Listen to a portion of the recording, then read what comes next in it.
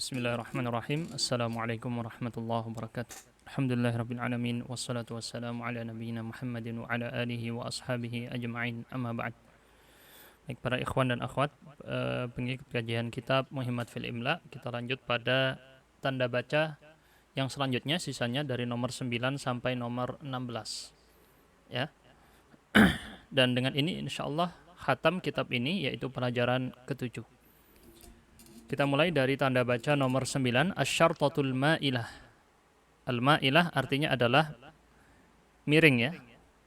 Garis miring. Syartatul Ma'ilah adalah garis miring. Wa tustakhdamu li taqdimi khiyaratin, dipakai untuk mengajukan pilihan. Jadi dipakai untuk pemberian pilihan. Tunasibul qari', pilihan yang cocok bagi si pembaca. Bihasabi, tergantung kepada ma tatatallabuhu hajatuhu. Tergantung apa yang dibutuhkan oleh dia, apa yang diminta oleh kebutuhannya. Jadi apa yang dia butuhkan, dia akan menggunakan kata tersebut. Nah, jadi setelah diberi pilihan dengan menggunakan garis miring, maka kemudian si pembaca akan memilih apa kata yang cocok untuk yang dia butuhkan dalam bacaan tersebut. Mithalu dzalika, kita lihat dengan contoh. Uqirru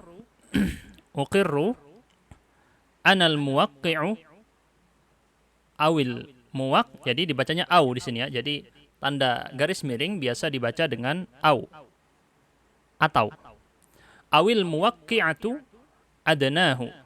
Saya menyatakan, uqirru, saya mengakui, saya menyatakan sebagai penanda tangan. Muwaqi', penanda tangan. Biasanya ini ada di surat pernyataan atau surat yang butuh tanda tangan. Muwaqqi'u berarti pelakunya laki-laki, muwaqqi'atu perempuan. Muannats, mudzakkar, muannats. Adnahu di bawah ini. Adnahu di bawah ini, di bawahnya maksudnya ya. Nah, yang menjadi pembahasan kita bukan artinya, kita nggak bahas artinya, kita bahas ada tanda miring, si pembaca akan memilih salah satu, nggak perlu dibaca semua. Si pembaca tinggal pilih salah satu, berarti satunya nanti akan dihapus, misalnya yang ini atau yang ini, tergantung dia siapa si pembacanya, apakah dia laki-laki atau perempuan. Jadi tergantung kebutuhan. Itulah fungsi dari garis miring. Sebab sama seperti dengan yang di bahasa Indonesia. Atau contoh yang lain, tamma manhu at-talibi atau at-talibati. Telah selesai pemberian apa, misalnya penghargaan, pemberian beasiswa, pemberian apapun ya. Telah tuntas pemberian kepada murid ini, laki-laki atau perempuan, at-talibi atau at-talibati. Jadi kalau tadi di sini tanda miringnya antara dua kata, sini ya, antara dua kata. Tapi kalau di sini bukan dua kata, satu kata tetapi kemudian dikasih tambahan garis lalu tak marbutoh. Nggak perlu diulang penulisannya, jadi tidak perlu dia tulis at-talibi garis miring at-talibati, tidak perlu. Bisa kayak gini, jadi yang muwaqqi'atu juga bisa kayak gini. Jadi boleh dua-duanya. Jadi yang di atas ini boleh, yang di bawah ini juga boleh. Jelas ya? Wa kadzalika tustakhdamu fi arqamit tawarikh. Ia juga dipakai dalam nomor-nomor tanggal. Tawarikh ini diartikan tanggal. Dalam penanggalan. Contohnya, nih ya, 14 minasyahris sadis, tanggal 14 dari bulan ke-6, sanata alfin wa tis'imi'atin wa thamanina wa sab' minal milad. Misalnya kayak gini ya. Tahun 1987. Jadi tanda garis miring ini sama seperti di bahasa Indonesia, dipakai juga untuk penanggalan. Wa kadzalika fi faslil ajza, dia juga dipakai untuk memisahkan faslil ajza. Untuk memisahkan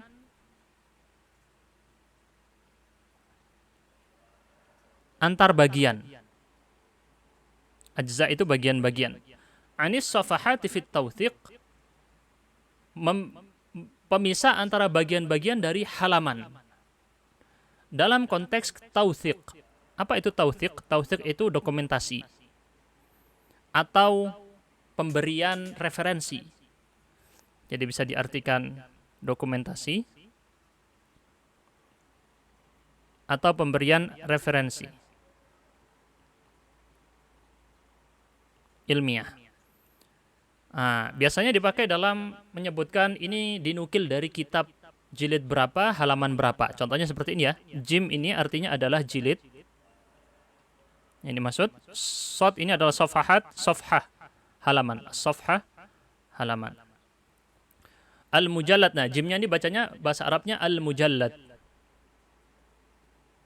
Al-mujallad al-thalith, as-safhah al-thalathin. Atau al-thalathun. Jadi, itu cara baca. Jadi penggunaannya baik untuk pilihan, kita rangkum sedikit di sini. Untuk pilihan atau untuk penanggalan, tanggal,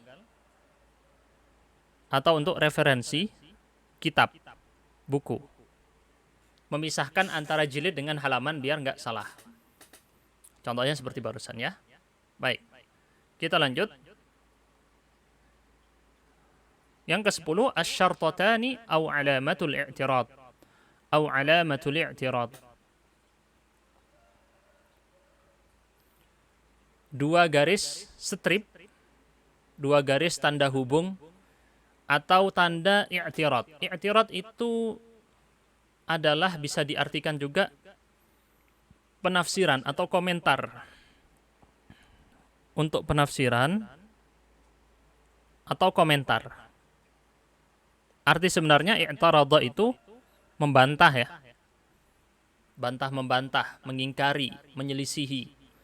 Di sini dimaksud tapi bukan membantah tetapi mengkomentari. Tuda'u bainahumal jumlatul mu'taridah awil jumlatut tafsiriyah. Ini dua tanda garis ini, yang ini ya. Sama dengan tanda hubung yang kemarin yang strip, tapi kali ini ada dua. Kalau kemarin hanya satu, yang ini ada dua. Dua tanda hubung ini diletakkan di antara kalimat mu'taridah, kalimat yang dipakai untuk menafsirkan sesuatu atau kalimat yang dipakai untuk mengomentari sesuatu. Al-mu'taridah awil jumlatid disebut juga dengan at-tafsiriyah awil jumlatut tafsiriyah. Minal amthilati ala dhalik, di antara contohnya apa? Uman bidhammil ain, Uman. Biar enggak ketukar sama Amman. Ibu kotanya Yordania. Ini Oman, nama negara, negara Oman. Oman bidhammil ain, dengan ainnya didhammahkan. Bidhammil ain, dhammahkan. Ini biasa digunakan dalam penulisan zaman dulu, di mana zaman dulu seringkali ada masih kesalahan walaupun tidak ada harokat, ataupun walaupun ada harokat atau tidak ada harokat di zaman dulu, tidak ada mesin fotokopi atau percetakan ya. Jadi kemungkinan ada kesalahan dalam penyalinan yang disalin oleh orang-orang. Karena satu kitab bisa disalin berkali-kali. Dari orang ke orang lagi, dari orang ke orang lagi. Semakin jauh generasinya semakin ada perubahan mungkinnya ya. Maka untuk menghindari kesalahan dalam menyebutkan harokat, orang-orang terdahulu menambahkan kata-kata bidhammil ain, didhammahkan huruf ainnya. Wa bi fathil mim misalnya ya, difathahkan huruf mimnya. Gitu. Dan seterusnya dengan bentuk-bentuk syakal yang lain. Jadi yang kita lihat di sini ada dua tanda garis. Terletak di antara dua garis ini terdapat kalimat i'tiradiyah. Ini yang disebut dengan jumlatun i'tiradiyah atau mu'taridah. Kalimat yang mengomentari. Mengomentari apa? Kata yang sebelumnya atau kalimat yang sebelumnya, yaitu ini, Uman. Umanu bi dhammil aini baladun arabiyyun. Uman dengan dhammah ainnya adalah nama negeri Arab atau negeri Arab. Yang menjadi pembahasan di sini dijelaskan di antaranya oleh Az-Zarkashi. ulama terdahulu ya, bukan Zarkashi yang di Indonesia, Az-Zarkashi yang terdahulu, ulama terdahulu dia menjelaskan bahwa fungsi dari atau jumlah i'tiradiyah ini definisinya diantaranya adalah ketika dia dihapus, misal kita hapus ya, dia tidak mengubah asli makna atau tujuan utama dari kalimat tersebut. Asli makna atau tujuan utama dari kalimat tersebut tetap aman. Misal kita bilang Umanu baladun Arabiyyun. Uman mubtada, baladun khabar. Udah jelas. Tidak perlu ada kalimat i'tiradiyah ini. Ini namanya kalimat i'tiradiyah yang diantara dua garis. Tetapi dengan adanya kalimat i'tiradiyah, maka kalimatnya menjadi semakin jelas. Makanya disebut dengan kalimat tafsiriyah, penafsiran. Kalimat komentar, mengomentari kata yang sebelumnya. Apabila di antara dua strip ini dihapus, tidak ada masalah dari segi tujuan asli maknanya. Gitu ya. Contoh lagi, wa misru harasahallahu ummud dunya. Ini juga contoh lain dari jumlah i'tiradiyah. Yang ini ya jumlah i'tiradiyahnya, harasahallah. Di antara bentuk jumlah i'tiradiyah atau kalimat komentar atau tafsiriyah ini, di antaranya bentuk doa. Karena walaupun dia misalnya dihapus, tujuan asli dari kalimat tersebut masih ada. Mesir adalah induknya dunia, ibu kota dunia, misalnya gitu ya. Mesir adalah ibu kota dunia. Dihapus doa tadi, tetap tidak mengubah tujuan asli dari kalimat tersebut. Tetapi ditambahkan di sini untuk memperjelas atau untuk doa. Komentar ya, mengomentari Mesir. Mesir, semoga Allah menjaganya. Harasahullah. Atau biasanya disebut juga misalnya qala an-nabiyyu qala ar-rasulu sallallahu alaihi wasallam. Salawat itu tadi adalah masuk dalam kategori jumlah i'tiradiyah. Kalimat yang sifatnya komentar, apabila dihapus, tujuan utama dari teks tersebut masih terjaga. Gitu ya. Kita lanjutkan. Tanda yang ke-11, Al-Qausani Al-Hilaliyani. Al-Qausani Al-Hilaliyani. Al-Qausan itu dua tanda kurung. Kita sebut di bahasa Indonesia tanda kurung gitu ya. Hilalian itu berbentuk bulan sabit. Jadi tanda kurung di sini berbentuk bulan sabit. Wa yustakhdamani li hasril alfadhil a'jamiyah. Yang ini ya, yang saya stabilo warna kuning, dia digunakan untuk mengurung li hasril alfadh al-a'jamiyah, lafaz-lafaz asing, bukan Arab. A'jamiyah asing non Arab.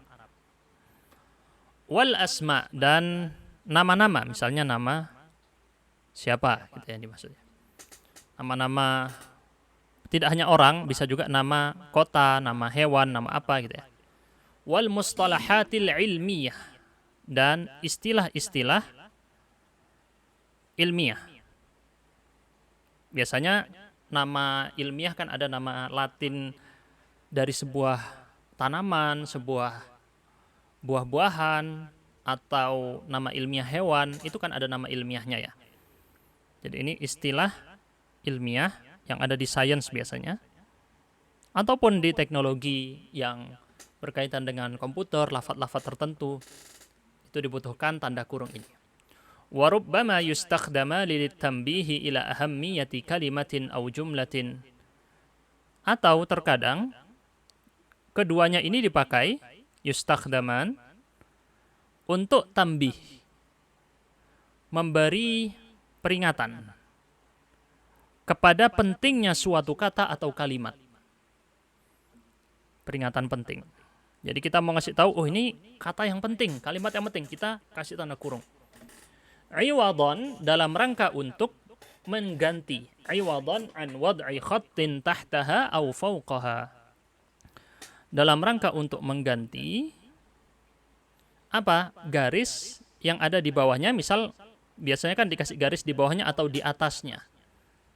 Kalimat tersebut tidak dikasih garis. Iwadan an wad'i khattin. Khat itu garis. Jadi misal kita mau menyebutkan inna Jakarta asimatu Indonesia. Saya gini ya, sungguhnya Jakarta ibu kota Indonesia. Kita mau menegaskan atau membuat orang si pembaca tadi fokus pada kata Jakarta. Biasanya kita kasih garis, gini ya, di atasnya, di bawahnya ini. Terkadang juga ada yang di atasnya, ditaruh di atasnya begini. Nah, bisa juga diganti dengan tanda kurung begini. Jadi tanda kurung diantaranya berfungsi untuk menarik perhatian. Baik, kita lanjut. Tanda yang ke-12, alamatut tansis. Alamatut tansis. Tanda penukilan atau pengutipan. Tanda kutip ya. Tanda pengutipan biasanya di Indonesia disebut tanda kutip. Yudha'u bainahuma, diletakkan di antara keduanya. Apa yang diletakkan di situ? Kullu kalamin muqtabasin binassihi. Setiap ucapan ini umum bisa terkandung di dalamnya satu kalimat atau lebih. Setiap ucapan yang muqtabas, diambil, binassihi, secara tekstual, dengan teksnya murni tidak ada perubahan, benar-benar dinukil seperti tulisan tersebut ada, atau seperti tidak ada perubahan secara makna ya. Kalau lafadz mungkin berubah karena diterjemahkan ke bahasa lain, tapi diambil secara teksnya persis seperti yang disebutkan. Makanya kasih tanda kutip begini. Mithalu dzalik thabata fil hadits, contohnya telah datang pasti dalam sebuah hadis atau sahih. Thabata di sini maksud sahih. Datang dalam hadis yang sahih, inna mimma adrakan nasu min kalamin nubuwatil ula idza lam tastahi fasna' ma syi't.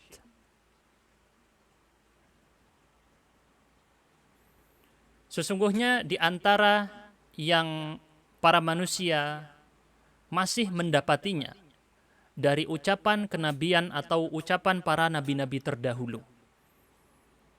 Jadi di antara ucapan nabi-nabi terdahulu yang sampai sekarang masih dikenali oleh orang-orang di zaman Rasul ketika itu, idza lam tastahi fasna' ma syi'ta. Kalau kamu tidak malu, maka lakukanlah sesukamu.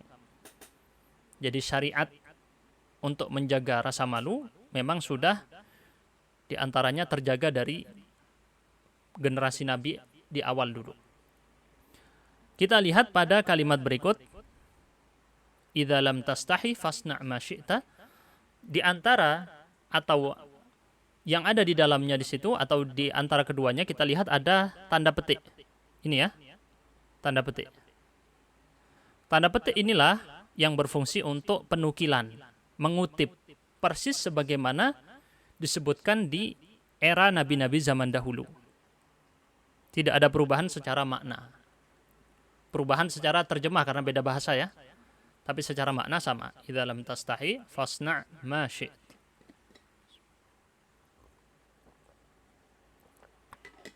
Jelas insyaallah ini ya.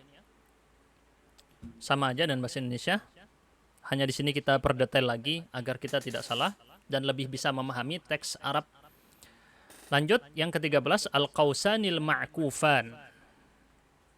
Dua tanda kurung ma'kufan yang istilahnya yang memenjara gitu ya, atau dia terpenjara, terkurung. Ya, tanda kurung bentuk kotak ginilah ya. Kita istilahkan bentuk setengah kotak mungkin. Tuda'u bainahuma ziyadatun, diletakkan di antara keduanya ziyadah, tambahan. Jadi digunakan untuk tambahan. Qad yudkhiluhal katibu, terkadang si penulis memasukkannya ala nassil muqtabas, pada teks yang dia nukil tadi. Teks nukilan tadi, dia sudah ngasih tanda kutip tadi ya. Misal dia bawa teks, dia kasih tanda kutip begini. Di tengah-tengah tanda kutip ini, dia masih mau menambahkan sesuatu, maka dia kasih tanda kurung berbentuk kotak begini. Berbentuk setengah kotak. Au yuthbitu bainahuma, atau menetapkan di antara keduanya, di antara tanda kurung berbentuk setengah kotak ini, ibaratan min indihi, ucapan yang berasal dari dirinya sendiri, dari penulisnya, bukan dari teks asli nukilan. Kita nanti contohkan ya. Yaraha saqitatan, dia memandang bahwa teks yang dia tambahkan di sini adalah jatuh atau hilang. Jatuh atau hilang minan nassil ladzi yuhaqqiquhu, dari teks yang sedang dia teliti. Tahqiq, yuhaqqiqu itu adalah penelitian manuskrip. Penelitian manuskrip kuno. Jadi yang masih berbentuk tulisan dari ratusan tahun yang lalu misalnya ya. Atau baru-baru ini mungkin ya. Pokoknya tulisan asli tangan dia ubah menjadi ketikan. Yang dia teliti, oh ini jangan-jangan ada yang jatuh ini, kurang ini lafadznya. Dia masukkan dengan menggunakan tanda kurung kotak. Berarti yang dalam tanda kurung kotak ini bukan ucapan asli dari teks yang sedang dia nukil atau teks yang sedang dia teliti.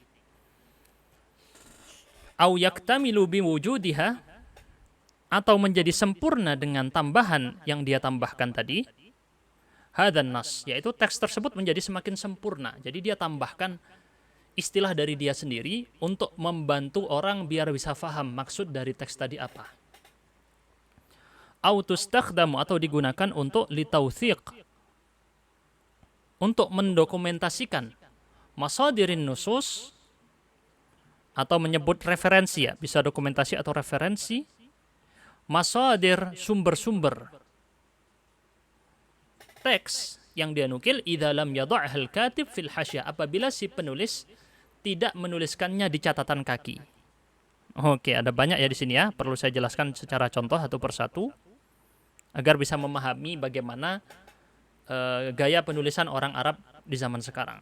Nah, pertama di sini yang sifatnya tambahan terhadap teks yang dia nukil. Kita kasih contoh ya. Misalnya di sini kita kasih contoh, teks yang dia nukil adalah hadzal rajulu misalnya ya. Dzu khuluqin karimin misalnya ya. Nah, dia menukil sebuah teks begini. Oke. Nah, di dalam teks ini tadi, misalnya, dia merasa, kurang. Dia merasa ada yang perlu ditambahkan di dalamnya, misalnya ya. Maka dia misalnya menuliskan di sini, hadzal rajulu, contoh saja nih ya, al-muslimu dzu khuluqin karimin. Lelaki muslim ini punya akhlak yang mulia. Nah, dia menambahkan kata al-muslim. Misalnya ya. Ini bukan dari teks tersebut, tapi dari tambahan dia. Contoh, ini contoh saja. Nanti kalau di kitab lebih kompleks dari ini permasalahannya. Atau dia menduga bahwa ada teks yang hilang dari teks tadi. Misalkan dia meneliti sebuah manuskrip, ya, dia meneliti sebuah manuskrip, tulisannya begini, hadzal rajulu khuluqun karimun. Secara bahasa ini kok salah gitu ya, gak cocok, kok khuluqun menjadi khobar dari rajul, gak bisa misalnya ya. Maka dia tambahkan dzu. Kata dzu di sini adalah tambahan dari dia diberi tanda kurung berbentuk setengah kotak. Ini contoh dalam penelitian manuskrip. Dia meneliti dari teks orang zaman dulu ratusan tahun yang lalu masih tulis pakai tangan, dia lihat, ini kok kayaknya ada yang kurang nih, kalimatnya tidak sempurna. Maka dia sempurnakan. Ya. Atau dia mau menjelaskan sesuatu. Jadi di dalam teks tadi ada sebuah kata yang tidak bisa dipahami. Misalnya ditulis di sini hadzal mukhadram. Mukhadram itu apa misalnya? Hadzal mukhadramu dzu khuluqin karim. Maka dia meletakkan di antara sini, dia letakkan penjelasan apa itu al-mukhadram misalnya. Bisa juga seperti itu ya. Supaya kalimatnya bisa dipahami dan sempurna. Atau bisa juga digunakan untuk menukil sumber referensi yang dia tidak tulis di catatan kaki. Jadi catatan kaki itu kan ada di bawah di sini ya. Misalnya ini tadi mukhadram dzu khuluqin karimin, kita kasih tanda catatan kaki 13. Nanti di sini nomor 13 di bawah catatan kaki begini.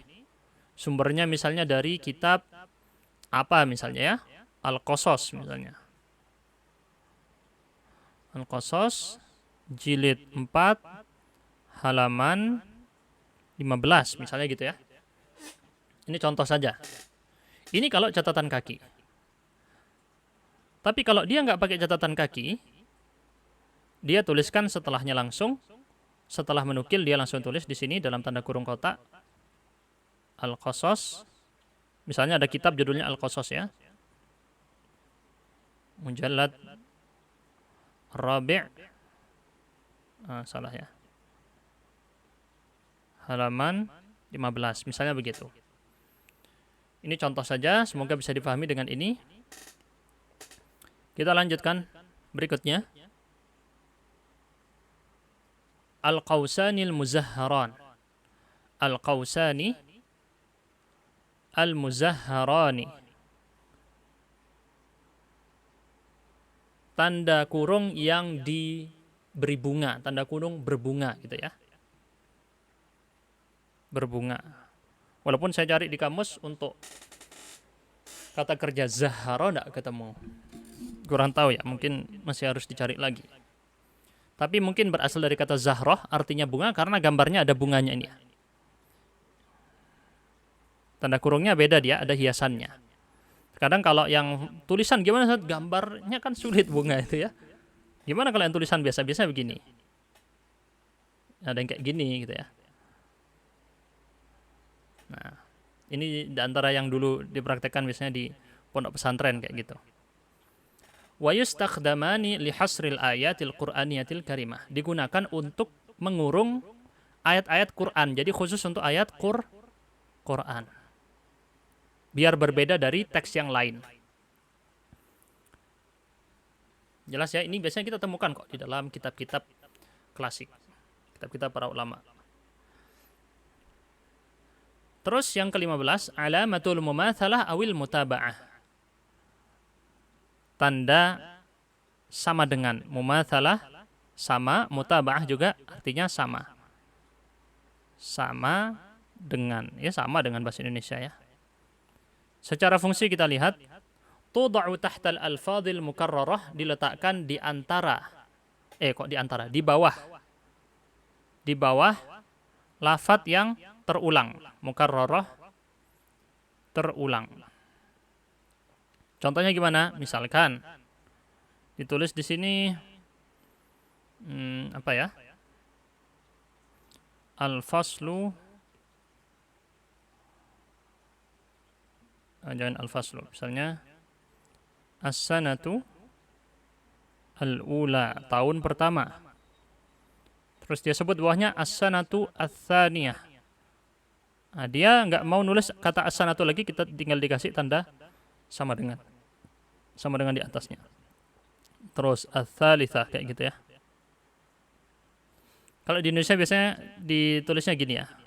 Gini sama dengannya secara lurus ke bawah. Itu contoh barusan untuk sama dengan pada kata terulang.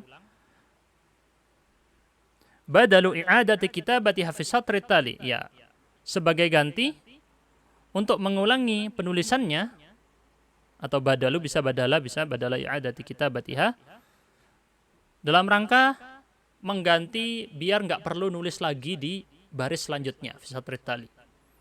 Tadi sudah kita jelaskan contohnya. Wa kadzalika tud'u fi akhir safhah. Di akhir halaman. Awil hasyah atau catatan kaki. Lid dalalati ala adam intiha'il kalam, untuk menunjukkan bahwa ucapannya belum selesai. Belum selesai.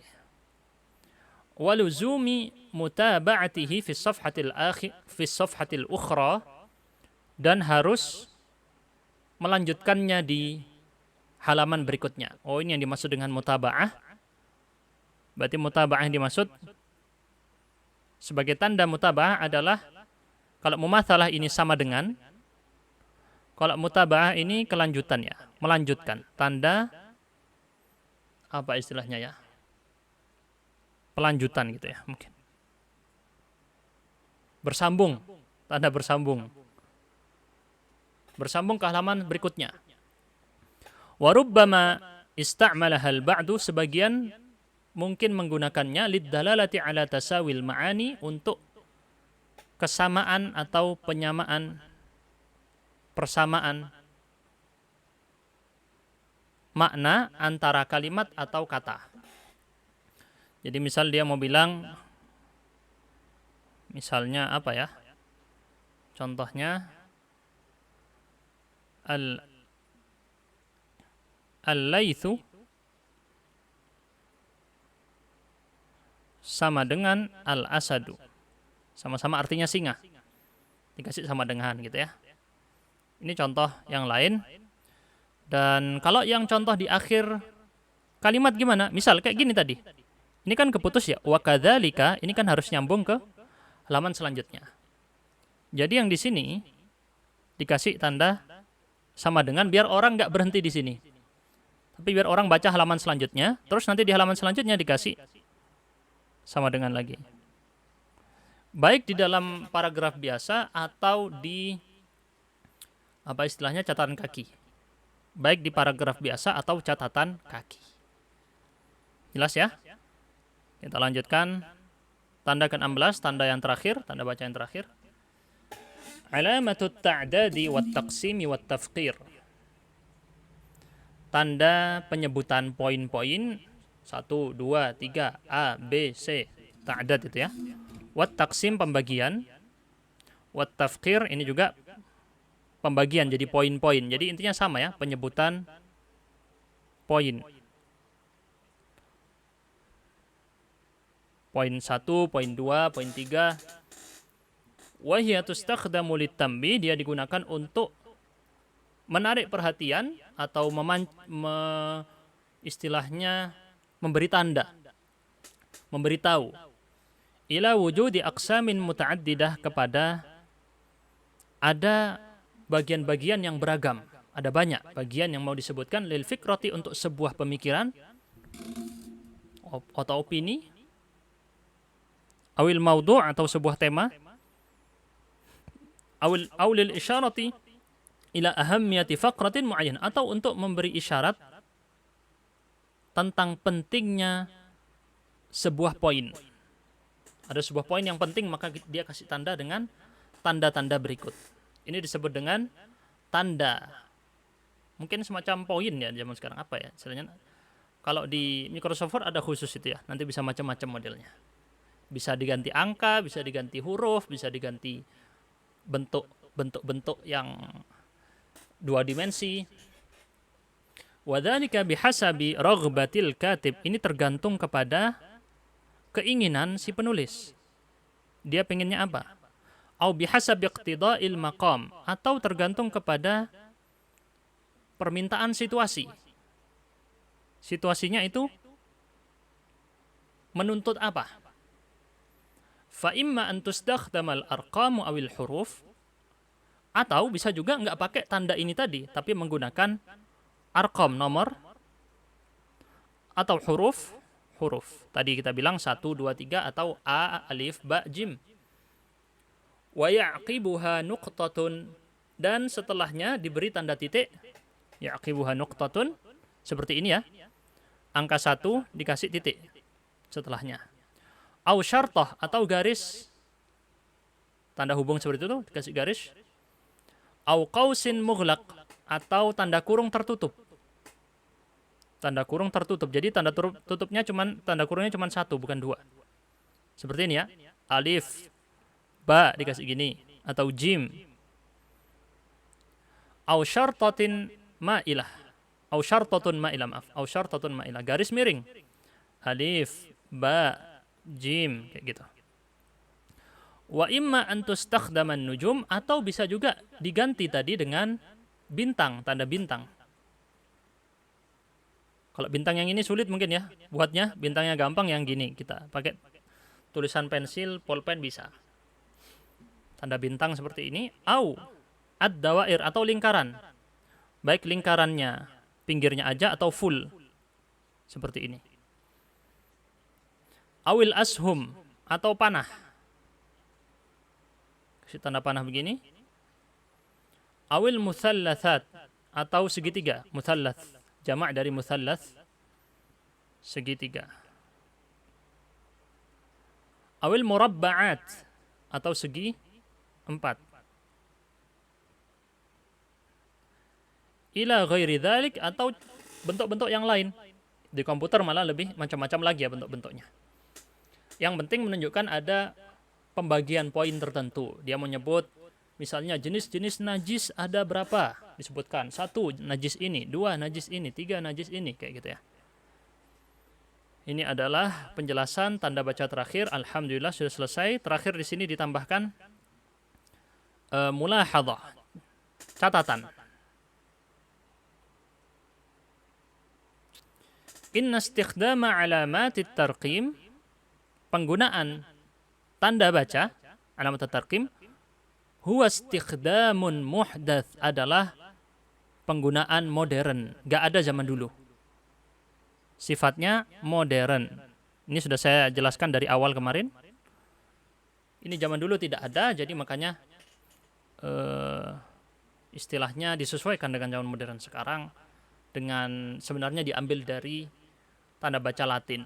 Ja'alil asbabil madhkurah, yang datang atau dipakainya tanda baca ini karena sebab-sebab yang telah disebutkan fi awalid dars, pelajaran sebelumnya yang kita sudah jelaskan di episode 15, pembukaan tentang tanda baca, pendahuluannya. Di antaranya adalah sebabnya untuk mempermudah membaca atau membagi sebuah ucapan menjadi beberapa penggal, beberapa bagian, sehingga lebih mudah untuk difahami.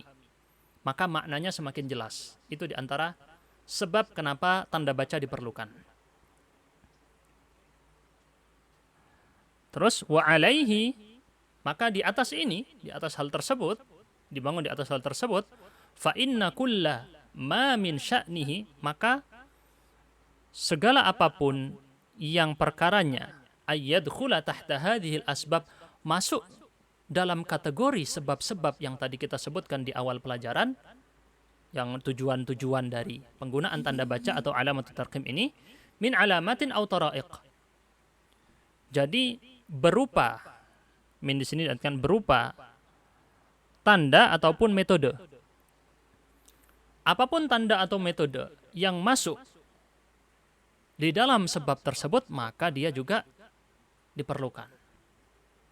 Fala haraja fi istikhdamiha, maka tidak apa-apa, tidak ada masalah dalam penggunaannya. Tidak ada masalah. Begitu ya. Jadi makanya tadi dibilang ila ghairi dzalik, mau bentuknya segitiga, kotak, ntar ada bentuk-bentuk yang macam-macam lagi, mungkin zaman lebih modern lagi bentuknya apa lagi, masuk dalam kategori ini.